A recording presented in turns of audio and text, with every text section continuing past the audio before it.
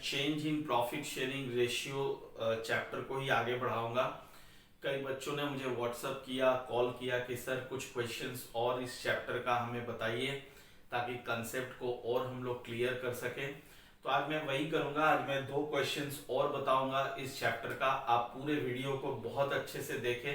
Conceptual chapter है, कहीं कहीं पे आपको दिक्कतें आ रही हैं, तो आप जब तक इस वीडियो को पूरा नहीं देखेंगे और कंसंट्रेशन के साथ नहीं देखेंगे तो फिर ग्रिपिंग नहीं आएगी इस चैप्टर में आपको।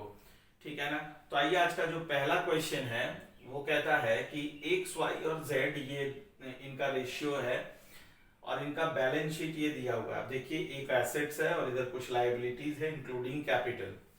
अब कहता है 1 अप्रैल 2018 से क्या होने वाला है। इनका रेशियो पहले 7:5:4 था, 3:2:1 हो गया।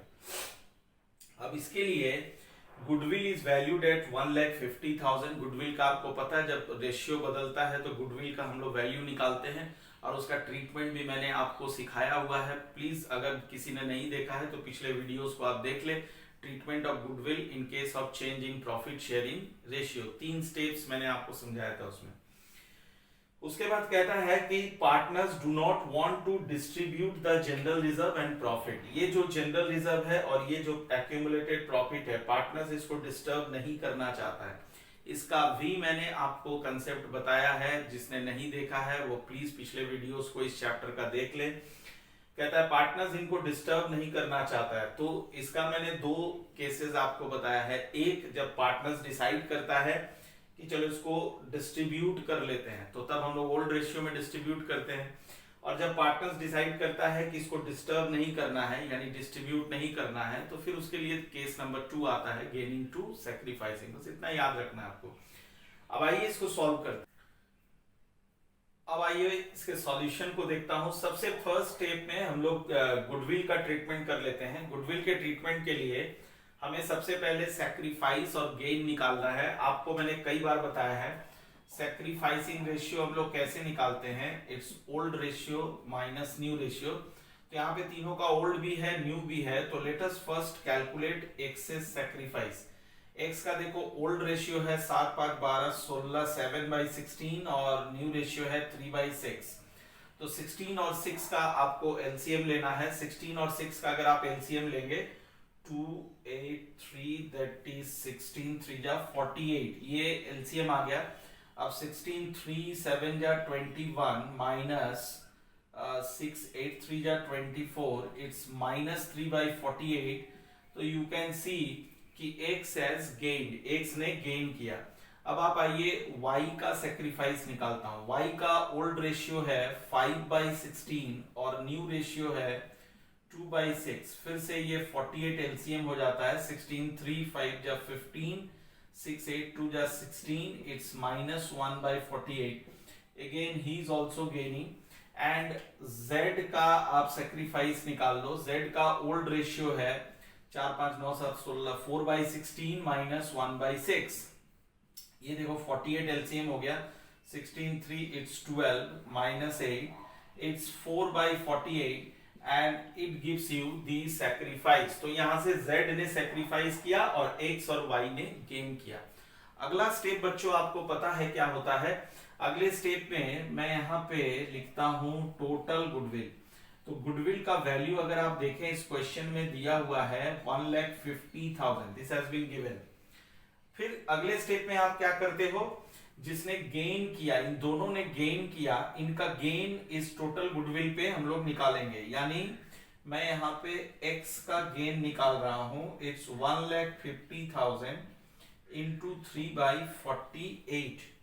So 1,50,000 into 3/48 will amount to, इसको अगर कैलकुलेट करोगे तो ये आ जाएगा 9375। और अब मैं y का गेन निकालूंगा। y's gain will be 1,50,000 into 1/48, ये 1/48, तो ये आ जाएगा 3125। ये मैंने दोनों का गेन निकाल लिया टोटल गुडविल पे। अब इसके लिए जो जर्नल एंट्री होता है that you know very well, that is gaining partner to sacrificing partner. यानी मैं यहां पे एंट्री पास करूंगा, excess capital account debit Y's capital account debit, ये दोनों गेनिंग पार्टनर्स है तो मैंने दोनों को डेबिट कर दिया टू जेड्स कैपिटल अकाउंट, ठीक है। और एक्स में आप लिखोगे 9375, इसमें लिखोगे 3125, और इन दोनों को आप जोड़ लो 12400 12500। तो इस तरह से मैंने गुडविल का ट्रीटमेंट कर लिया। This is our first step. अब आप करोगे जनरल रिजर्व और प्रॉफिट एंड लॉस अकाउंट का ट्रीटमेंट। अब देखो क्वेश्चन में क्या कह रहा है कि जनरल रिजर्व और प्रॉफिट एंड लॉस अकाउंट को partners do not want to disturb. तो इसके लिए मैंने आपको केसेस सिखाया है, मैं फिर से बोलता हूं, जिसने नहीं देखा है वो प्लीज पिछले वीडियोस को प्लेलिस्ट में जाइए और पिछले वीडियोस को आप आराम से देखिए, आपको पूरा कंसेप्ट समझ में आ जाएगा। तो general reserve and PL account को डिस्टर्ब नहीं करना चाहता है, तो इसमें भी हम वो 3 स्टेप करेंगे जो अभी अभी हमने गुडविल के लिए किया, इसके साथ भी वही करेंगे। तो हमें तो पहले तो गेनिंग रेशियो पता है कि x का गेन था 3/48, y का गेन था 1/48, ठीक है। इसका ये गेन था, इसका भी ये गेन था, ओके। सेकेंडली हम यहाँ पे देखते हैं कि हमारा जनरल रिजर्व कितने का था। तो जनरल रिजर्व की अगर मैं बात करूं तो ये 65,000 का है, और अगर मैं प्रॉफिट एंड लॉस अकाउंट की अगर मैं बात करूं तो ये 25,000 का है। तो अगर मैं इसको जोड़ देता हूं तो आई एम गेटिंग 90,000। अब मैं क्या करूंगा, इसका गेन निकालूंगा इस पे, ठीक है। तो आइए यहां पे मैं निकालता हूं, excess gain is equal to 90,000 into 3/48। If I get 90,000 into 3/48, which means 90,000 into 3 divided by 48, so it comes as 5625. Then you calculate y's gain. It's 90,000 into 3/48. 1/48. 90,000 into 1/48. You will get 90,000. Into 1/48 will get 1875। ये हमने दोनों का gain निकाल लिया। अब इसके लिए फिर से एंट्री होगा गेनिंग टू सैक्रिफाइसिंग, यानी आप यहाँ पे एंट्री पास करोगे excess capital account debit Y's capital account debit to Z's capital account. ये 5625 हो गया, ये 1875 हो गया। अब दोनों को जोड़ लो 6000 7500। तो ये हमने जनरल रिजर्व और पीएल अकाउंट का किस्सा खत्म कर दिया। अब हम लोग बनाएंगे नेक्स्ट स्टेप में पार्टनर्स कैपिटल अकाउंट। कोई बात नहीं है, देखिए अभी आपने गुडविल के लिए ये जर्नल एंट्री किया था, जनरल रिजर्व और प्रॉफिट एंड लॉस के लिए आपने ये एंट्री किया था। अब दोनों एंट्रीज को देखें आप तो लगभग बिल्कुल सेम है, अमाउंट अलग अलग है। तो मैंने क्या किया, इन दोनों को मर्ज कर दिया। आप भी यही करोगे, इन दोनों एंट्रीज को एक साथ मर्ज कर दोगे तो ये मर्ज एंट्री हो गया। जैसे एक्स कैपिटल अकाउंट इतने से डेबिट है, यहाँ पे इतने से डेबिट है, दोनों अमाउंट को जोड़ के यहाँ पे लिख दो 15,000। वाई में भी वही 3125 प्लस 1875 5000, और जेड में देखो 12.5 12,500 प्लस 7,500 इट्स 20,000। तो ये मर्ज एंट्री हो गया, क्लियर। तो अब मैं पार्टनर्स कैपिटल अकाउंट बनाऊंगा, और इसकी शुरुआत आपने पिछले वीडियो में सीखा था कैसे इसको हम लोग बनाते हैं। तो मैं यहाँ पे बाई बैलेंस बीडी से स्टार्ट करूंगा। एक्स का कैपिटल हमारे पास है 2,10,000, ये आप बैलेंस शीट से लोगे। वाई का कैपिटल है 1,50,000, ये सब सारा बैलेंस शीट में दिया हुआ है। और जेड का कैपिटल है 1,20,000, ये मैंने तीनों का कैपिटल यहाँ पे डाल दिया। अब ये जो एंट्री हमने पास किया, बस इसको कैपिटल अकाउंट में पोस्ट करना है। कैसे करूंगा, तो मैंने सिखाया था पिछले क्लास में। ये देखो 2 में क्या है, 2Z's कैपिटल अकाउंट। तो यहाँ पे लिखोगे 2Z's कैपिटल अकाउंट, और एक्स और वाई में इसको डिस्ट्रीब्यूट कर दो। ये 15,000 हो गया और ये 5,000 हो गया। अब इस तरफ अगर आ जाते हैं हम लोग तो बाई एक्स कैपिटल अकाउंट, ठीक है ना, then by wise capital account, और इसको मैं जेड में इस अमाउंट को लिखने वाला हूं, दैट इज 15,000 एंड 5,000। अब आइए इसको मैं क्लोज करता हूं। तो पहले इधर का जोड़ लो, ये 2,10,000 आ रहा है, इधर 1,50,000 और Z का आ रहा है 1,40,000। ठीक है, अब इधर बैलेंस CD मैं यहाँ पे निकाल लेता हूँ। टू बैलेंस CD 2,10,000 में से 15,000 माइनस कर दो, you will get 1,95,000।